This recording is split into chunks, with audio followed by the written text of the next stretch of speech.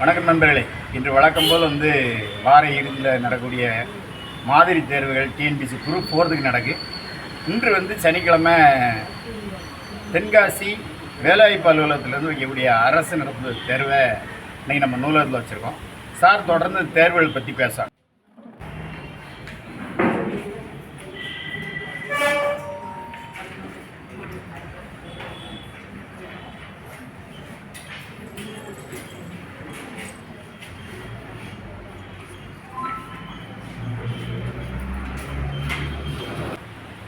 வணக்கம். கிட்டத்தட்ட ஒரு 10க்கு மேலே பரீட்சை வச்சாச்சு. இன்றைக்கி நேற்று ஒரு பரீட்சை வச்சுருக்கோம். கிட்டத்தட்ட 15 பரீட்சை பசங்களுக்காக ஏற்பாடு பண்ணியிருக்கிறோம்.